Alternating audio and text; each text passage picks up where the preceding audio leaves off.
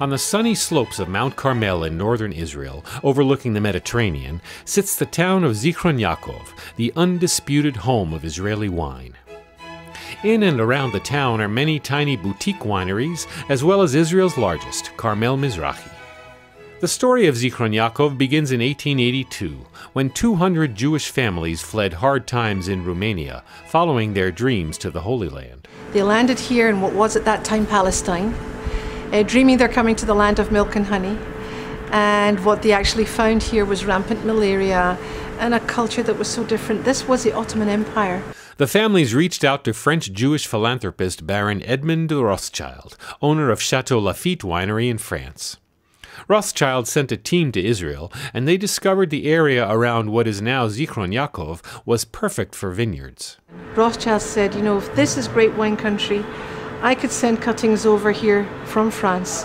We can plant vineyards, and I will build 2 wineries here.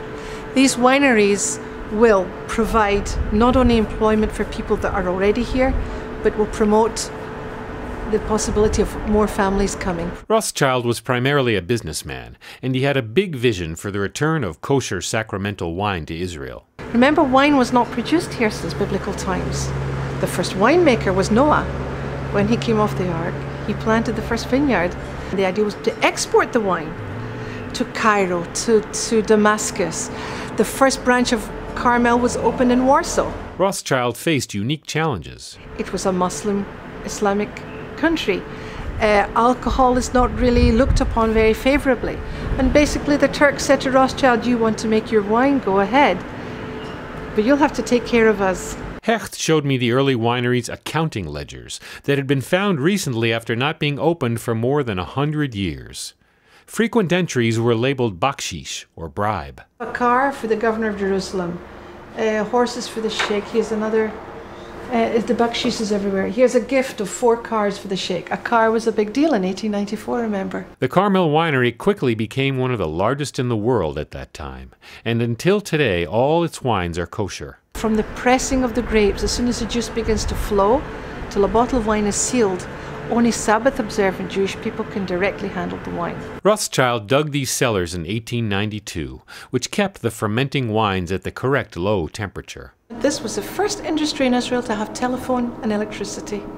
And we can even see down here, you see the remnants of the little pieces of wood where the telephone wires used to come across. All wines used to age in oak, and these days each of these oak barrels costs over $1,100. The less expensive wines ferment in climate-controlled steel vats now, which can each hold up to 200,000 liters. If you go to any winery, whether it's California, South Africa, Australia, you're going to see these stainless steel vats.